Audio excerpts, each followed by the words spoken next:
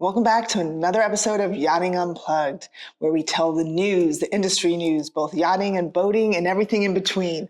It is unscripted, unedited, and just the news. Just the news. Kim, good to see you. Good to see you, Rick. How's everything? Everything's good. I have to give a big shout out. We both do, really, to Dave Johns and Bradford's. You flagged me down. I was coming down the Intercoastal Waterway on my boat, and you said, hey, Rick, let's do this. Not too many people are aware that Bradford has a marina on the east side of town, right off of Sunrise and the Intercoastal.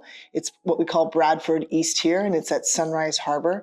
Beautiful location. You had no problem docking up here. No. Pulled right in and got on the floating dock, and here we are. Yeah, so the marina, it really caters to 60-plus foot yachts and above, and it really is a great place. So thanks to Dave and everyone at Bradford Marine. We really appreciate you. Let's dive right into the news. Let's do it. Miami Boat Show. We just came out of Miami Boat Show, and it was interesting because it was another Miami Boat Show that it's a great show for a lot of companies. It's a must succeed, must type of show. It was a make or break for a lot of people. Make or break. That's what. Thank you. I was looking for that. But one of the problems that the Miami Boat Show has had for the last several years, since 2018, really, is it's so spread out. It is, has been. And so it takes some upwards of an hour just to get from like the in-water portion to the convention center and all that, which it's worth it. But the good news is in 2026, next year, they're moving the in-water portion from One Herald Plaza back onto Collins Avenue in the what's called the Indian Creek section, where it was forever. It's like Hotel Row. You've got Eden Rock, Fontainebleau, some of the best hotels and the most historic hotels in the whole world. And I grew up on Miami Beach, and I'm so excited to see the show return. So all those boats are going to be lined up about 3 miles of so get our 10,000 steps in easily. Yeah, right. Yeah, but it's cool. And then it's a quick bus ride from that part of the show down to the convention center. Well, it's not a bus ride. It's more of, there's the Icon golf carts, electric golf carts. They do a great job. They're at every boat show. They have a strategic partnership with Informa and the owners of the show, most shows here in South Florida. But the show was definitely a make or break for a lot of people. There were some sales. I heard some good things, not so good things, but for the most part, if you are a buyer, there is a buyer's market out right now. Last year, Brunswick was down, I believe, in the mid 20%. We've had every pretty much retailer has been reporting year over year from 2023 to 2024 as being down. And so if you are on the sidelines, it really is a great time to buy a boat. Yeah, it really is. And there's a good inventory, and there's some great boats out there. And we keep seeing innovations, which is what we would like to see. So, there's some good product to get a hold of. The industry breakfast was awesome. It was a great way for everyone to see all the technology that was coming out. I have to say, I was really surprised to see how many winners there were. So congratulations to everyone. That was fun. I know, right? But we heard some really good news that if we were to concentrate on certain parts of the business, like fishing and retention, and we're going to talk about a little bit more about that, how important that is to our industry. Well, it's huge because, we attract new boaters all the time. The problem is we have a hard time keeping new boaters. Right. And I equate it to, mindset. If you've never been boating and on the water, you may not really understand what it takes to be a boater. There's constant maintenance, and it's a bit of work to keep the boat up. And it's not like getting behind the wheel of your car, turning the car key and just going. There's, lines you've got to handle and people you got to bring on and off and things you've just kind of got to stay current with. So it takes a little bit of money too. Big time. You break out another 1,000 BOAT, right? Exactly. So we're going to talk about that later in the show, because we're going to talk about what everyone can do to really give that shot in the arm to the industry. But I want to really focus on that client. Exactly. Keep that client. But we want to start off with some great news. Bert Fowls, who's been a great advocate of the marine industry and the yachting space, has found a home. Yes. Marine Max and Bert parted ways, and then he found a home at Suntex. Yes, he went from IGY Marinas to Suntex Marinas, so in the same space, so to speak, a different type of company. Good job, Bert. That's a great move, and you're going to be amazingly successful there.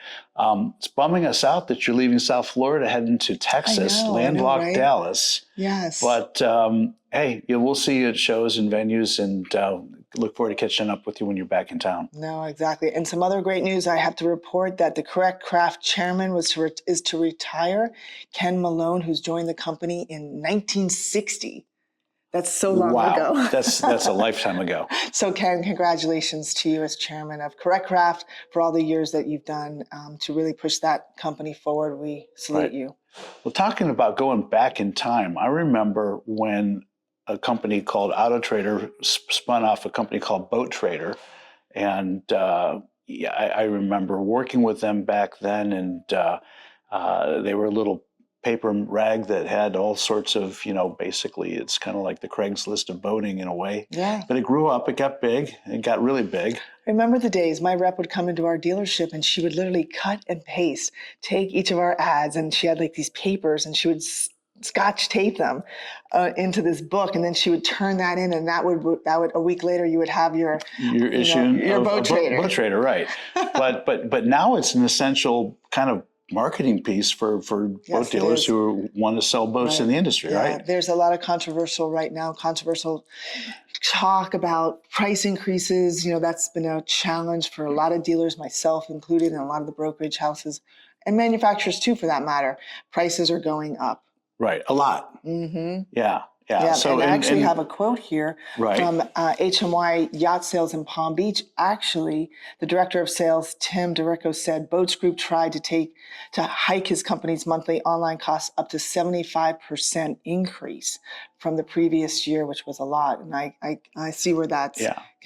At the end of the day, too, that goes directly back to the consumer. Mm-hmm. So it drives the cost of boating. Now, not to take away from any business that looks at a business model and says we need to increase revenues because we're not making profit or whatever. There's reasons, but when you see a large, significant increase in a space that's not highly competitive, you guys have to asking the question: is it necessary, and can you sustain that, or can you even afford to keep going in that direction?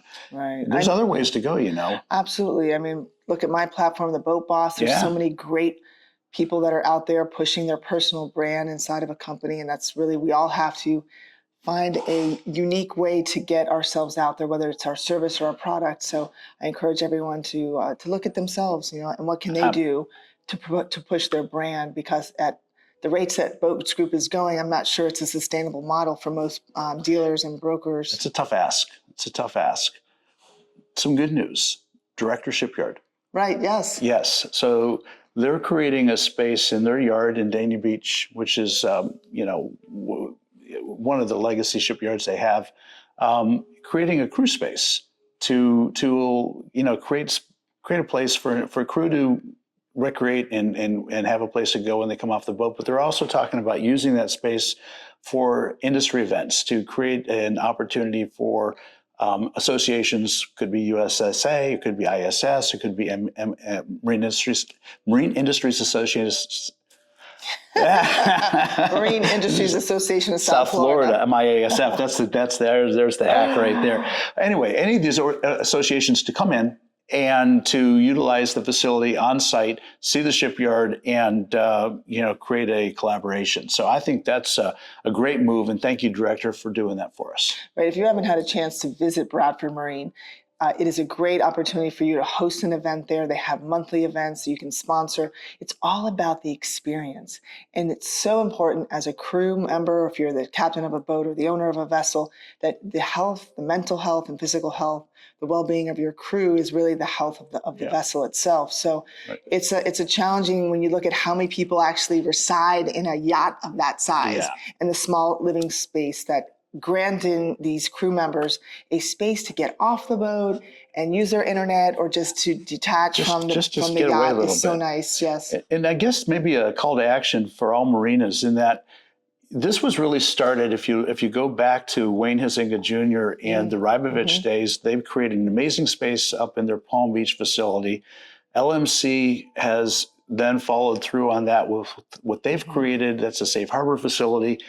Bradford's has come in and emulated that and have done their own version, and now Directors has got their version. So bravo on these shipyards and any other shipyards in the space. Think about the value of what you can bring when you create crew space for your guests. Well, I want to jump right to, you talk a lot of the marinas. Let's just roll right into mergers and acquisitions. We had some huge news in the industry. Yeah, this was really big. It ripped around about a week ago. Yeah. And Blackstone they have acquired not the business of Sun Communities, but the asset of Sun Communities, the Safe Harbors Marinas asset, which is 130 some marinas in the United States and Puerto Rico. It's interesting because that dives into a conversation I have in my own podcast with a lot of guests talking about, are these M&As really healthy for the industry? And there's been some pushback about having the marina spaces all bought up, and then could they eventually go all condos or something, and then we lose the ability to keep the workspaces we need for our industry.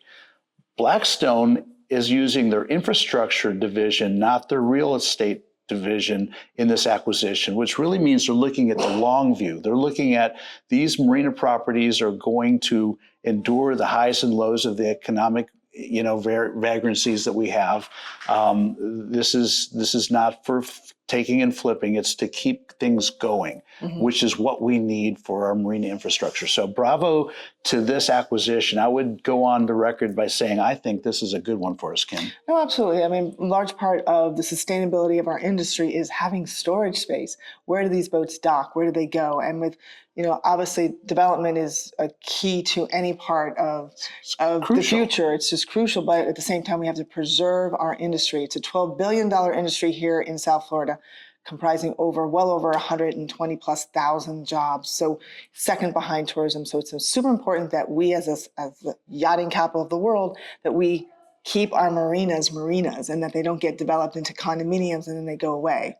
Right. So, that's what we're all kind of paying attention to, looking at. And I think this is a good breakwater for that. This will ensure that this group of marinas that's currently been acquired will continue in the direction they're already set up for.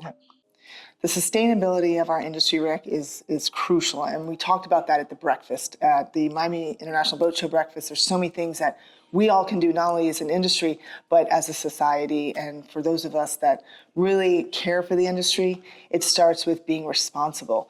And hiring, I'm seeing this a lot. There's a lot of young, and really not just an age, but they're unlicensed, uncertified, they're not certified, and they're out there, inexperienced tradesmen that are actually out there working on our customers' boats. And that's something that we talk about. Insurance. Insurance rates keep going up, and that's important that you seek people that are tradesmen, that are craftspeople, that actually are legitimate. Yeah, well, it is a couple, there's a couple ways to peel that onion back a little bit.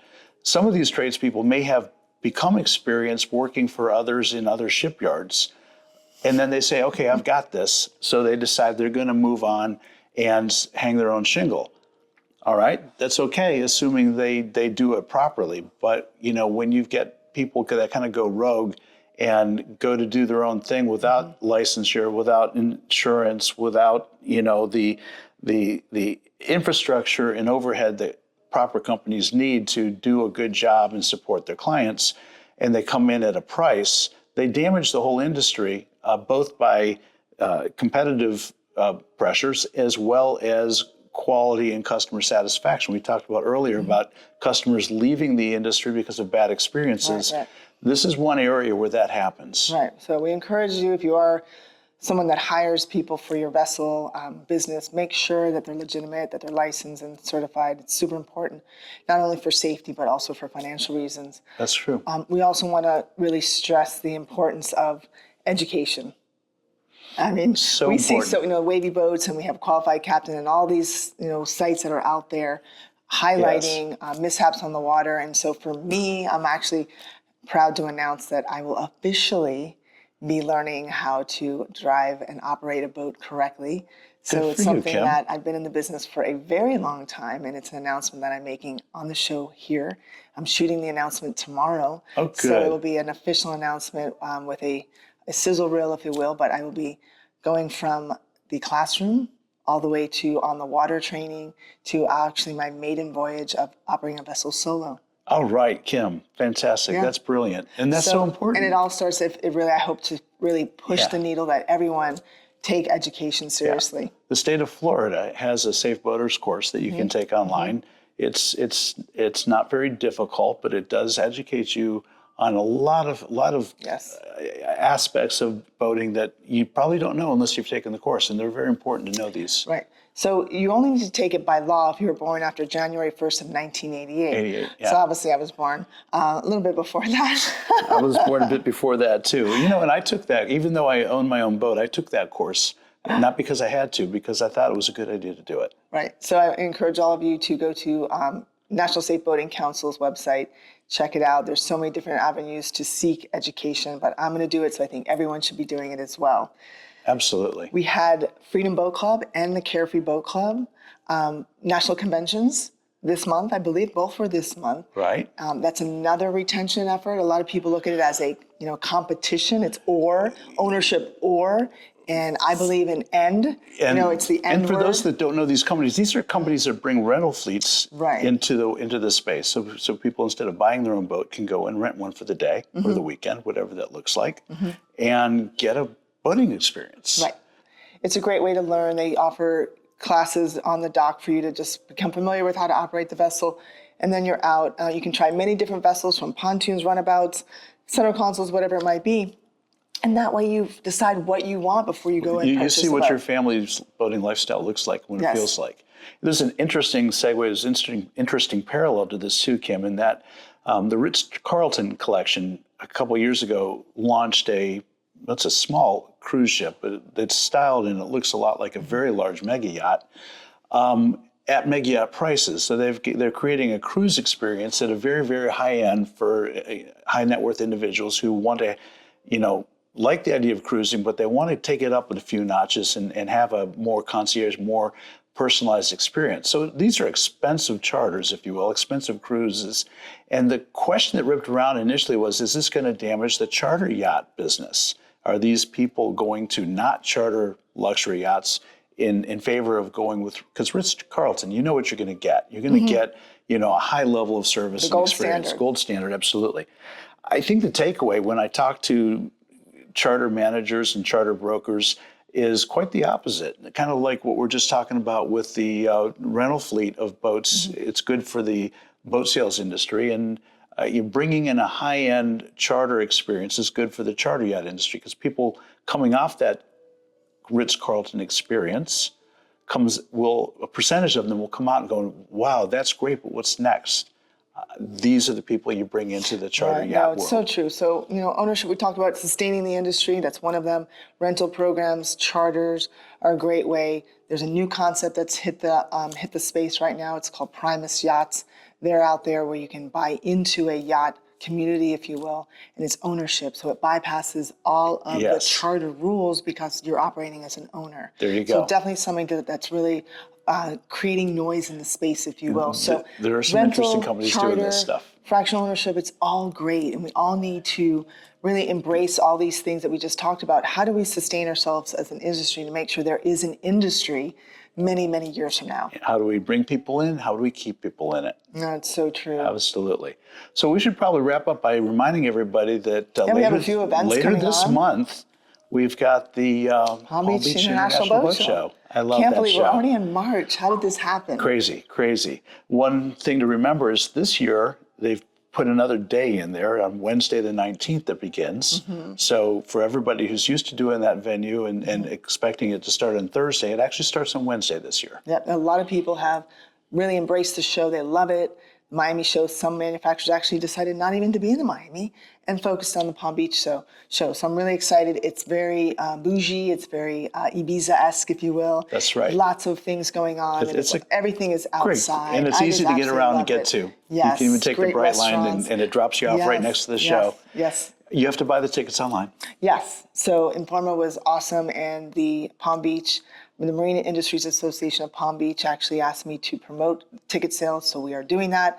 10% off admission every day at Boat Boss 10. So you want to go to pbboatshow.com and type in Boat Boss 10. Exactly. For 10% off. So that's a huge savings when you think about it. That's a real deal, particularly if you're a family of 3 or 4, right? Going to buy those tickets, come up. So absolutely do that. For those in the industry who are interested in what's happening in the industry, on the 18th, the Tuesday, right before the show begins, the United States Superyacht Association, the USSA, is hosting their yacht summit. You can go to the USSA Super Yacht Association's website and see the event and register for it. It does. There's a fee for it, but the people that are coming to this event, it's well worth your time and effort. I encourage those who are in the industry who are interested to start the show a day early and head over to the USSA program. Well, last year was rainy. Let's hope and pray this year's nice. It's going to be beautiful. Absolutely. Absolutely. So again, safety is big. So we've got the International Boating and Water Safety Summit coming up in April 14th to the 17th. I am the master of ceremonies. I went last year, got bit the bug, didn't realize how lucky my dealership was for not having really many accidents, if any, in the decades that we've been in business. So because not all are so lucky. Right. It brings in, it's a consortium of the Coast Guard, FWC. Everyone is there. You've got Brunswick and all the motor Kim, where is this? It's in Glendale, Arizona. All right. Yeah. So it really gets everyone that's the who's who of from the Coast Guard, like I said, FWC, all the major players. National Safe Boating Council actually puts it on, and there are some great, really networking there. A huge amount of speakers that talk about pushing the needle in safety, and it's super important because it's not only save lives, we're also hopefully reducing our cost of insurance and other things. It's all good business. No, absolutely. What else do we have? We have the American Boating Council, which is big. Boat safe. I know, right? That's in Washington. There's a lot of new pending bills that are going to be coming up for the president to look at, and one of those is Lucy's Law. And we talk about, the safety on the water. Was an unfortunate accident like 2 or 3 years ago where this young woman was one of 13 people on a boat and she lost her life tragically.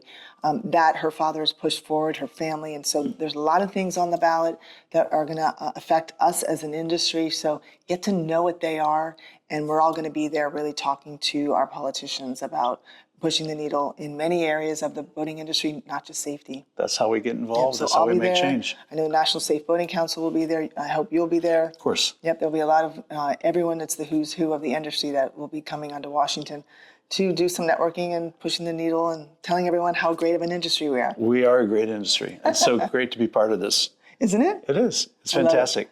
Well, anything else we have? I think we've pretty much covered everything. You know what? I've got just to start thinking about getting ready for Palm Beach. There's going to be so much to do, and I think I've also got to get my boat now back to the dock and wrap up. Yeah, we got to get you out of here. It's getting a little cloudy out, but folks, we look forward to seeing you on the next episode of Yachting Unplugged. If you do like what you see, please subscribe, share, tell everyone that we are a great new news outlet. We sit here and we talk about what's yachting and what's boating, and we would love to bring it to you any which way or fashion. Please reach out to each one of us. Absolutely. We're not that hard to get hold of. No, we're not. All right. It's great seeing you. Kim, it's always good to see you. Yes, and everyone, look forward to seeing you on the next episode, and always boat smart from the start. From the start. Take care. All right. I'm out of here.